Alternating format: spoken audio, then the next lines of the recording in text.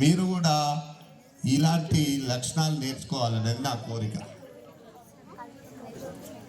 ఓకేనా? ఇలాంటి అంటే నన్ను ఈ స్థాయికి తీసుకొచ్చిన ప్రతి ఒక్కరిని, గురువును కానీ, తల్లిదండ్రులను కానీ, తర్వాత స్నేహితులను కానీ, నాకు అడుగడుగున నా ఎదుగుదలలో తోడ్పడిన ప్రతి ఒక్కరిని ఎలా గుర్తు చేసుకుంటున్నాం. మీరందరూ కూడా 10th క్లాస్ విద్యార్థులు. మీకు కూడా ఎక్కడో దగ్గర ప్రతి గురువు యొక్క స్వార్థం ఇంతకుముందే మన ప్రధానోపాధ్యాయులు చెప్పిండు. నా విద్యార్థి మంచిగా ఎదగాలి, ఎదిగినాడు బయట పోతుంటే ఇప్పుడు చిన్నయ్య సార్ కూడా చెప్పిండు, సార్ నమస్తే సార్ నేను ఈ రకంగా మారిండు అనేది ఆ టీచర్కు చాలా గర్వంగా అనిపిస్తుంది. అందుకనే నేను చెప్పిన దాదాపు నిన్న ఒక 10th క్లాస్ సంబంధించిన ఒక 6-7 మంది విద్యార్థులకు చెప్పిన నేను, అక్షితకు కానీ, యశ్వంత్కి కానీ, పృథ్వీకి కానీ, తర్వాత రూపాకు చేయలేదు కానీ మొత్తానికి వీళ్ళందరూ ఫోన్ చేస్తూ మీరు ఒక మాట అనుకోండి చదువుకున్నప్పుడు, హేమంత్, పృథ్వీ వీళ్ళందరే కాదు మిగతా వాళ్ళం లేమా అంటే దీపక్ దానికి చాలా టాలెంట్ ఉంది, కానీ దాన్ని అంటే మనకున్న ఆర్థిక పరిస్థితుల ఇబ్బందుల వల్ల కొంతమంది వసంత్ కానీ, తర్వాత భరత్ కానీ, చాలామంది ఉన్నారు, శ్రీశాంత్ కానీ, వీళ్ళ లోపల శక్తి దాగి ఉంది. ఆ శక్తిని వెలికి తీసే ప్రయత్నంలో మా వంతుగా నేనైతే 1 సంవత్సరం పాటు నా వంతుగా నా ప్రయత్నం చేసిన. ఇక్కడ ఉపాధ్యాయులుగా ప్రతి ఒక్కరూ ప్రయత్నం చేసిన మీ లోపల ఆ లక్ష్యాన్ని, ఆ జీల్ని పెంపొందించాలని ఎంతో కృషి చేసింది. మీరు అది మనసులో ఉంచుకొని ఉన్నతంగా ఎదగాలని 10th క్లాస్లో కొన్ని విషయాలు సార్ చెప్పని అంశాలు ఏంటంటే, ఒకటి ఎగ్జామ్ పేపర్. ఇంతకుముందు గతంలో మెయిన్ పేపరు, అడిషనల్ పేపర్స్ అని ఉండే కాదు. ఇప్పుడు 24 పేజీల బుక్లెట్ ఇస్తారు. 24 పేజీల బుక్లెట్లోనే మీరు ఇంతకుముందు ప్రశ్న జవాబు తప్పు రాస్తే కొట్టేసి ఇంకో దగ్గర రాసే ఛాయిస్ ఉండే, ఇప్పుడు లేదు అట్లా. అంటే ఆ పేజీలు తప్ప మీకు వేరే అడిషనల్ ఇవ్వడానికి లేదు. 24 పేపర్ల మెయిన్ షీట్లోనే మీరు రాయాల్సిన అంశాలన్నీ, ప్రశ్నలన్నిటికీ జవాబులు రాయాల్సిందే. మీరు చేసే పొరపాట్లు ఏమంటే మార్జిన్ కొట్టుకొని మార్జిన్లో ప్రశ్న నెంబర్ వేయని వాళ్ళు చాలామంది ఉన్నారు. నేను గతంలో పేపర్ వాల్యుయేషన్ చేసిన సందర్భంలో గమనించింది. డయాగ్రామ్లు పర్ఫెక్ట్గా వేసి దాన్ని లేబులింగ్ వేసి దానికి సంబంధించి రిలేటెడ్గా సీసీ మెథడ్లో ఏది రాసినా చేస్తలేరా? మీరు ఆత్మవిమర్శ చేసుకోవాలి. 10th క్లాస్కి వచ్చినాం మనం, అంటే చిన్న పిల్లలు కాదు. నేను ఎదిగితే నా జీవితం బాగుంటుంది, నా పిల్లలు బాగుంటారు, రేపు పొద్దుగాల పెరిగిన తర్వాత పెళ్ళి, వాటికి సంబంధించిన సంతానం, తర్వాత సమాజం, నీ చుట్టూ ఉన్న సమాజం బాగుపడుతుంది. నేను చేయలేనేమో, నేను నా నుంచి కాదేమో అనేది బలహీనుల లక్ష్యం. బలమే ఆయుధం, బలహీనతే మరణం. అంటే బలహీనత అనేది అంత కుంగదీస్తుంది. మీరు బలంగా నాటుకోండి, మంచి అడుగులు వేయండి. తర్వాత భయం అనేది మిమ్మల్ని వెంటాడుతుంది, ఆ భయాన్ని తీసేయండి. ఎవరు ఏమన్నారు ఇక, ఓకేనా? ఇప్పటిదాకా అక్షిత కూడా మంచి టాలెంటెడ్, జోష్న, అక్షిత, సంధ్యారాణి వీళ్ళ లోపల టాలెంట్ ఉంది. నేను చెప్తున్నా, మీరు ఉపయోగించండి. మీ టాలెంట్ లోపల ఒక పదును పెడితే దానికి భవిష్యత్తు మీదే. మనీష ఉంది, వైష్ణవ్ ఉంది, కొద్దిగా వీక్ ఉన్నారు చదువులో. వీళ్ళంతా కొంత కృషి చేయాలి గట్టిగా. ఏం జోష్నా కూడా గట్టిగా కృషి చేసి, ఇందాక మీరు ఇంతకుముందు ఒకసారి మీటింగ్ పెడితే నేను MLT చేస్తా సార్, నేను తర్వాత MPHW చేస్తా సార్ అన్నారు. ఏదైనా సరే మీరు సెలెక్ట్ చేసుకున్న రంగం దాంట్లో కూడా చదువు ఉంటుంది కదా, సహాయపడతాం. ఆ రకంగా సహాయపడడానికి మేము ముందుంటాం ఉపాధ్యాయులుగా. ఈ కార్యక్రమంలో ముఖ్యంగా 9th క్లాస్ టీచర్గా నేను 9th క్లాస్ విద్యార్థులు చాలా చక్కగా, హేమవర్ధన్ కానీ, నజీరా, ముఖ్యంగా నజీరా, ఉమామహేశ్వరి, వీళ్ళంతా, బన్నీ, భానుప్రకాష్, ఆదిల్ అహ్మద్, వీళ్ళందరూ కూడా రేపు వచ్చే సంవత్సరం ఇలాంటి ప్రయత్నం చేయాలి ప్రతి ఒక్క విద్యార్థులు. సందేశ్, అర్జున్ కానీ, శివ, వీళ్ళందరూ, ఆదిల్ అహ్మద్, వీళ్ళందరూ మీరు 9th క్లాస్ వాళ్ళు చక్కగా జయచంద్ర కానీ తర్వాత నిరంజన్ కానీ వీళ్ళంతా ఒక సమిష్టిగా అనిలకు ఈ పాఠశాలలో ఆ క్లాస్కు నేను టీచర్గా ఉన్నందుకు నేను ఏది చెప్పినా కాదనకుండా నన్ను మన్నించి మీరందరూ నాకు అడుగడుగున నేను అందరికంటే ఎక్కువ పనిష్మెంట్ ఇచ్చిన వారిలో నేను అది ముఖ్యుని.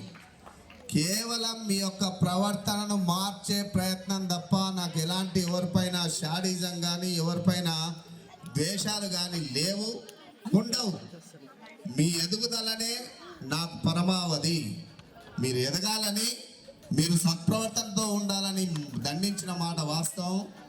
దీంట్లో మీరు పెద్దగా అన్నదగా భావించకుండా చదువులో నాతో ఫ్రీ అవుతూ నన్ను ప్రతి అడుగడుగున నన్ను ప్రశ్నిస్తూ నాతో తెలుసుకోవాల్సిన అంశాలు తెలుసుకుంటూ ముందుకు ఉండాలని నాకు ఈ అవకాశాన్ని కలిగించినందుకు పేరు పేరున ప్రతి ఒక్కరికి ధన్యవాదాలు తెలియజేస్తూ ముగిస్తున్నాను. థ్యాంక్ యూ అన్నాను.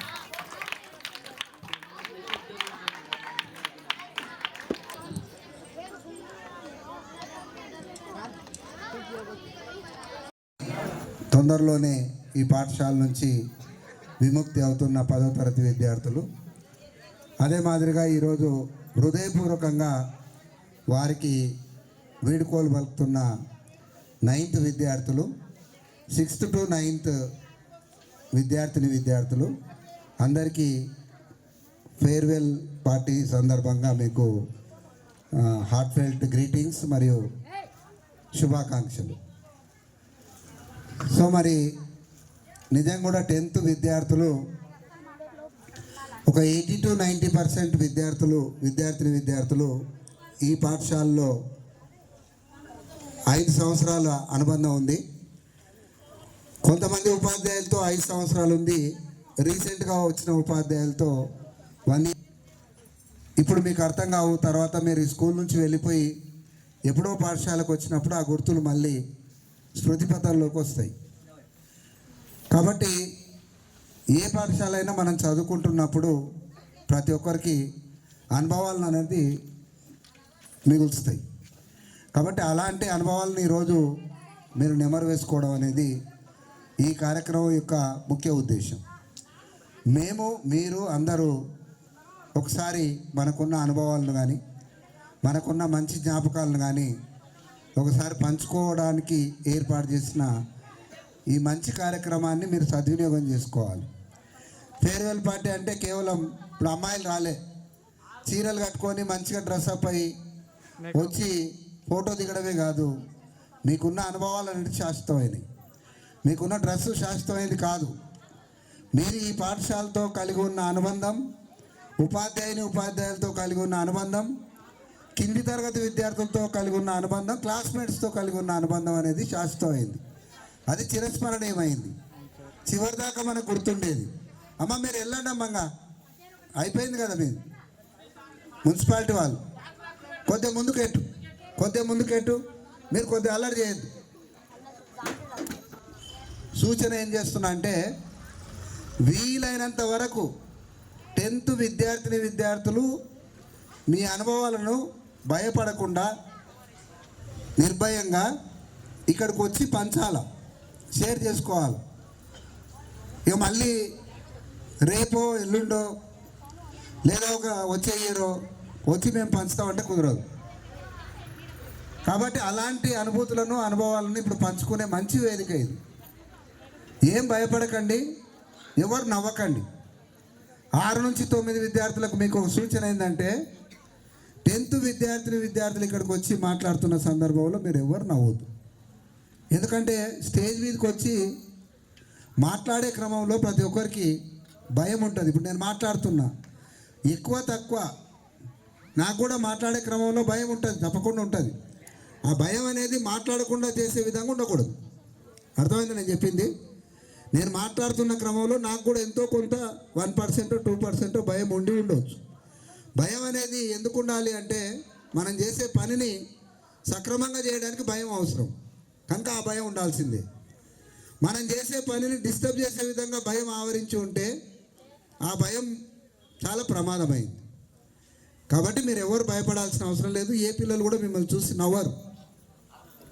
తప్పకుండా ఇది ఒక మంచి వేదిక. అరుదైన వేదిక, ఎప్పుడు కూడా మళ్ళీ అవకాశం రాని సందర్భం ఇది. ఇది మాత్రమే మీకు ఒక మంచి అవకాశాన్ని ఇస్తుంది. మీ భవిష్యత్తు బాగుండి మీ ఫేట్ లైన్ కరెక్ట్గా రాయబడి ఉంటే, లిఖించబడి ఉంటే, మీరు భవిష్యత్తులో మాలాగా ఎదగాలని మనస్ఫూర్తిగా ప్రతి ఉపాధ్యాయుడు కోరుకుంటాడు. మేమే కాదు, ఏ పాఠశాలలో పనిచేస్తున్న ఉపాధ్యాయులకు ఉన్న గొప్ప గుణం ఏంటంటే వాళ్ళతో చదువుతున్న విద్యార్థులు ఒక మంచి మాకంటే ఉన్నతమైన. కాబట్టి మీరు భవిష్యత్తులో మంచి స్థానాలకు ఎదగాలి. ఇలాంటి వేదికలను చాలా పంచుకోవాలని మనస్ఫూర్తిగా కోరుకుంటున్నాం. కాకపోతే మీరు మళ్ళీ అవకాశం వస్తుందా లేదా, ఎవరి రాత ఎట్లుంటో తెలియదు. కాబట్టి తప్పకుండా వినియోగించుకోండి. ఇది మొదటి సూచన. రెండవది, ఇప్పటి వరకు మీరు 10th క్లాస్లో ఏదైనా నిర్లక్ష్యం చేసి ఉంటే దాన్ని మర్చిపోండి. మీరు సన్మార్గంలో నడుచుకోవడానికి చేసిన ప్రయత్నాలు చాలా ఎక్కువగా ఉన్నాయి. ఆ చేసిన క్రమంలో మిమ్మల్ని కొన్నిసార్లు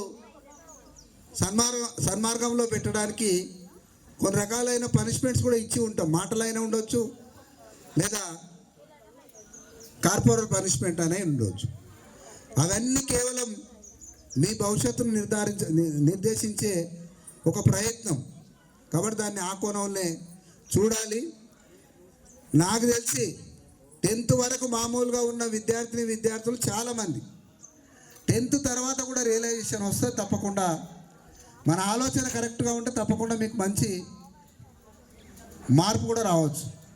10th వరకు మనం చదవలేదు కదా అని నిర్లక్ష్యం చేస్తే నిజంగా కూడా అది మీ భవిష్యత్తుకు ప్రమాదం. కాబట్టి కొద్దిగా మీ భవిష్యత్తు మీద ఆలోచించండి. పెద్దగా డాక్టర్లు, ఇంజనీర్లు కావాలనేది మనకి ఇష్టం లేకపోయినా, అంటే మన స్థాయి లేకపోయినా, 10th అయిపోయిన వెంబడే మీరు బాగా మీ స్థాయిని బట్టి, మీకున్న అనుభవాన్ని బట్టి, లేదా ఇక్కడున్న గౌరవ కుటుంబ నేపథ్యం బాగాలేదు, ఆర్థికంగా బాగాలేము అనుకున్నప్పుడు జీవితంలో తొందరగా స్థిరపడే చిన్న కోర్సులు ఏవైనా 10th తర్వాత MLT ఉంటుంది, ల్యాబ్ టెక్నీషియన్ కోర్స్ ఉంటుంది, ANM ఉంటుంది. అటువంటి కోర్సెస్ చేసుకొని జీవితంలో తొందరగా స్థిరపడే